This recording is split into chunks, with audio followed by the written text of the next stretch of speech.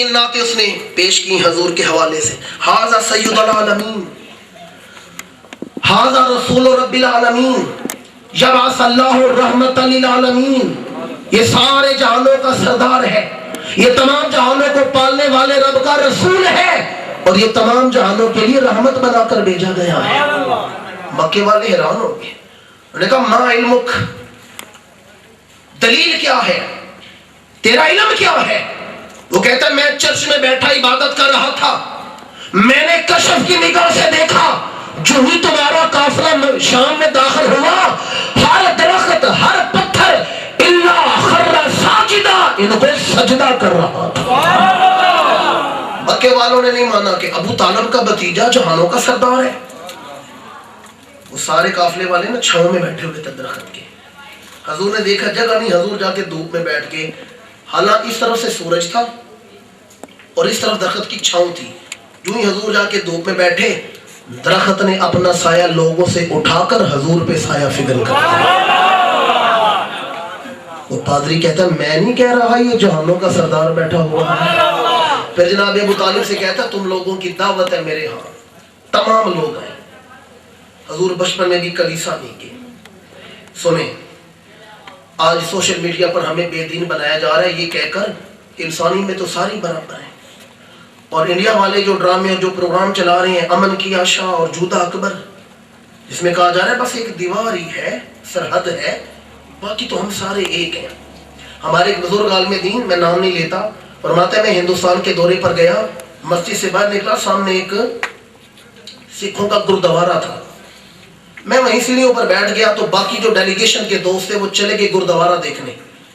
ایک سکھ بزرگ تھا وہاں سے گزرا، ان کا عالم تھا. اس نے بڑے شفیق لہجے میں کہا اور سارے لوگ گردوارہ دیکھنے چلے گئے، آپ نہیں گئے.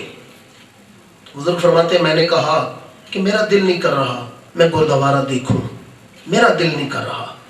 آگے سے اس بوڑھے سکھ نے کہا جس خدا کی عبادت مسجد میں ہوتی ہے، یہ کہہ کہ ہمیں وہ دھوکے میں ڈال دیتے ہیں کہ جس خدا کی عبادت مسجد میں ہوتی ہے اسی خدا کی عبادت گردوارے میں بھی ہوتی ہے. ہمارے بزرگ مسکرائے، فرمایا نہیں، جس خدا کی میں عبادت کرتا ہوں آپ نہیں کرتے، میں رب محمد کی عبادت کرتا ہوں.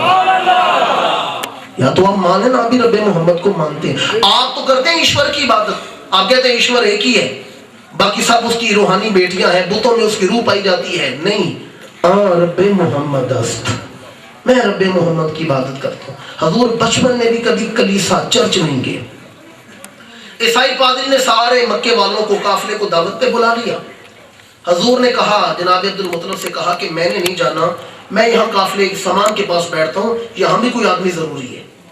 سارا قافلہ جب پہنچا نا چرچ میں، کھانے لگا دیے گئے.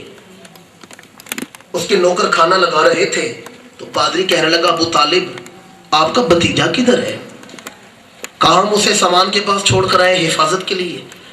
تو پادری کہتے ہیں جس کے لیے میں نے دعوت بنائی ہے اسے تو لے کے نہیں آئے اور طفیلی سارے آ گئے ہو. جس کے لیے میں نے دعوت بنائی ہے اسے تو لے کے نہیں آئے، سب کو لے کر آ گئے ہو. جناب ابو طالب کا ہاتھ پکڑا، ساتھ والے کمرے میں لے گیا، تحفے نذرانے پیش کر کے کہتا ہے اپنے بھتیجے کو یہیں سے واپس لے جائیں، آگے نہ لے کر جائیں. آپ کے بھتیجے میں نبوت کی نشانیاں پائی جاتی ہیں، اور آگے یہودیوں کے علاقے ہیں جو بڑے عالم ہیں، وہ اس بچے کو پہچان لیں گے، کہیں قتل نہ کر دیں. سنیں وہ جملہ جو جناب ابو طالب نے پوچھا تو نے میرے بھتیجے میں خاص بات کون سی دیکھی ہے؟ کہتا میں نے ان کے گرد جو 3 چکر لگائے، میں